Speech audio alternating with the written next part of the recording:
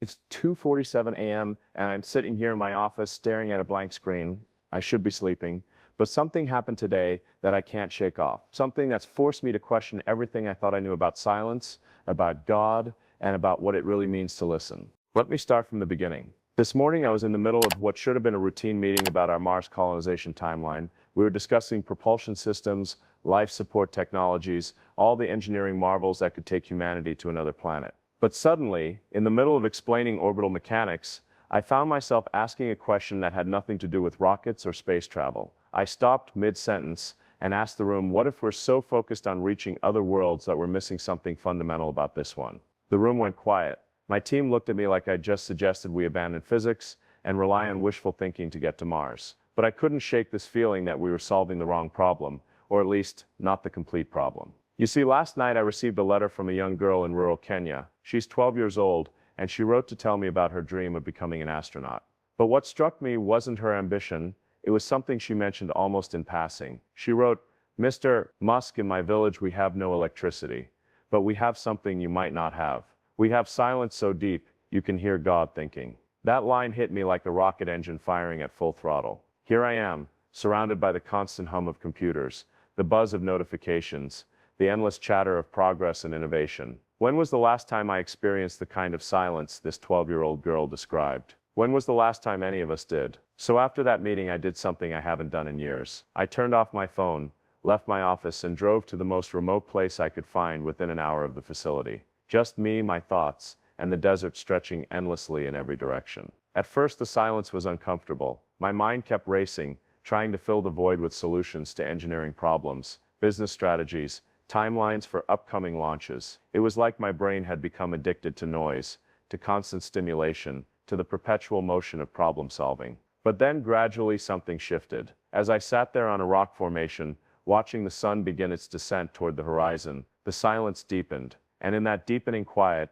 I began to hear something I'd been missing for years. It wasn't a voice exactly. It wasn't some dramatic divine revelation like you see in movies. It was more subtle than that, more profound. It was like discovering a frequency that had always been broadcasting, but I'd never tuned my receiver to the right channel. In that silence, I understood something that all my engineering knowledge, all my business acumen, all my technological innovation had somehow missed. We're not just trying to survive as a species. We're not just trying to back up human consciousness on another planet. We're trying to understand our place in something infinitely larger than ourselves. And that something, call it God, call it the universe, call it consciousness itself. It speaks in silence. I thought about that girl in Kenya, listening to God, think in the quiet of her village. I thought about all the noise we've created, not just audible noise, but mental noise, emotional noise, spiritual noise. We've built a world where silence feels uncomfortable, where we immediately reach for our phones to fill any gap in stimulation.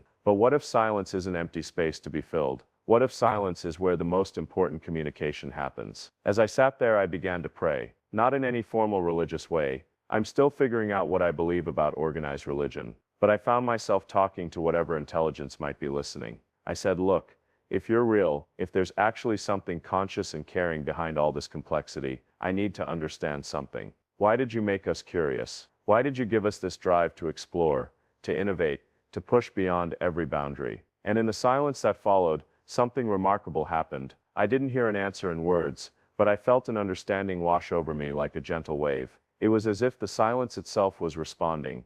I understood that our drive to explore space, to innovate, to solve problems, it's not separate from spiritual seeking, it's part of it. When we push the boundaries of what's possible, when we refuse to accept limitations, when we dream of reaching Mars or developing sustainable energy or creating artificial intelligence, we're expressing something divine within us. But minus, and this is the crucial part, if we do all of this without ever stopping to listen, without ever experiencing the silence where deeper wisdom lives, we might achieve technological marvels while missing the point entirely. I thought about all the times I've worked 18-hour days, pushing toward the next breakthrough, the next launch, the next innovation. There's nothing wrong with that intensity, that dedication. But I realized I've been operating like a computer processor running at maximum capacity with no time allocated for deeper processing, for reflection, for communion with whatever larger intelligence might be guiding this whole cosmic experiment. As the sun set completely and the desert stars became visible, more stars than I'd seen in years because of the absence of light pollution, I had another realization.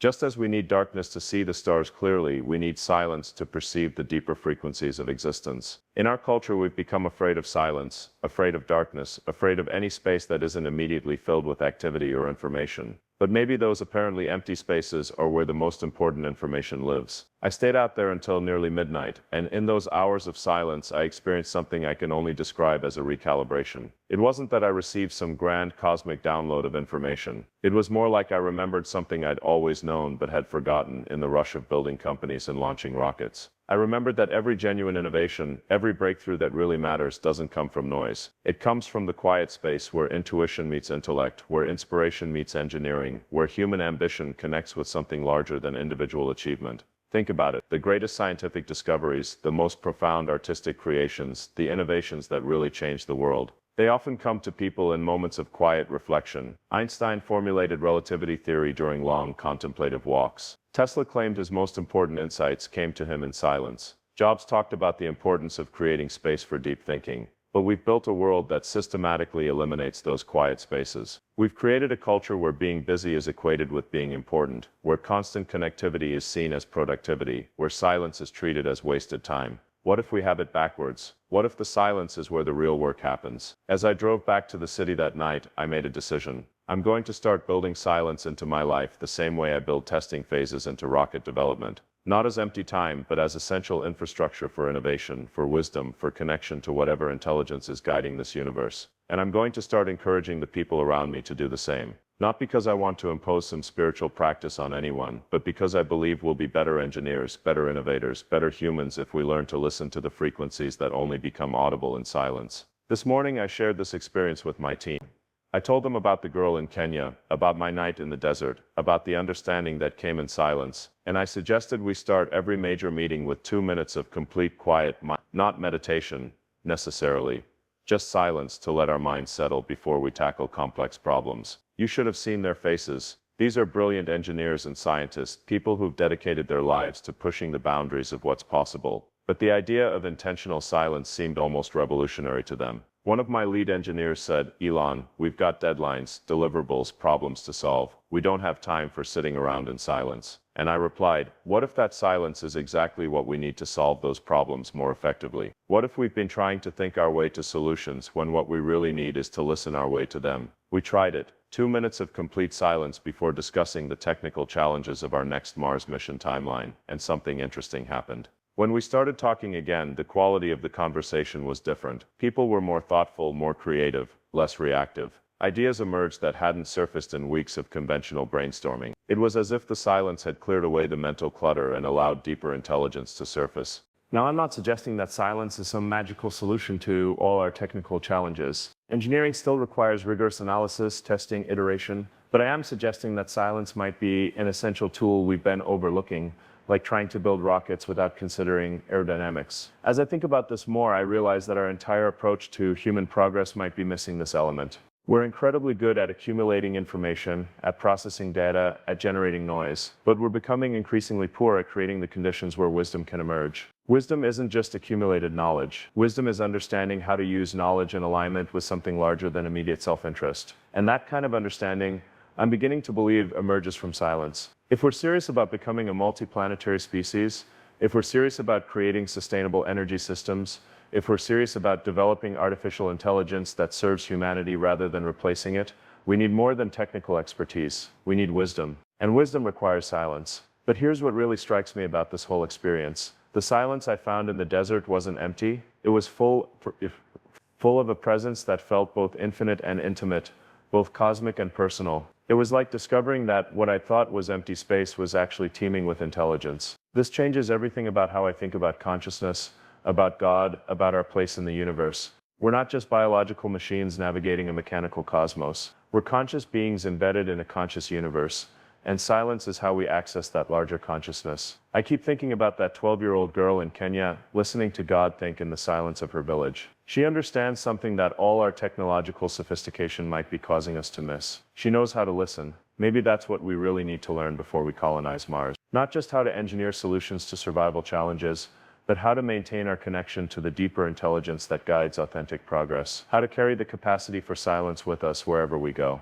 Because if we take our noise, our constant busyness, our inability to listen to anything deeper than our immediate thoughts and plans. If we take all that to Mars, we might survive as a species, but we'll miss the real adventure of human existence. The real adventure is learning to be conscious participants in whatever vast intelligence is expressing itself through galaxies and planets, and the evolution of life and consciousness itself. And that participation requires the ability to be silent, to listen, to receive guidance from sources larger than our individual minds. So I'm making a commitment. I'm going to protect silence in my life the way I protect the most critical systems in our spacecraft. Because I'm beginning to understand that silence isn't the absence of something important. Silence is where the most important communication happens. And maybe, just maybe, if we learn to listen in that silence, we'll discover that we're not alone in this universe. Not because we'll find alien civilizations on distant planets, but because we'll remember our connection to the intelligence that's been with us all along, speaking to us in the language that transcends all human languages, the language of silence. Thank you for listening to what probably sounds like the philosophical wanderings of someone who's been spending too much time thinking about rockets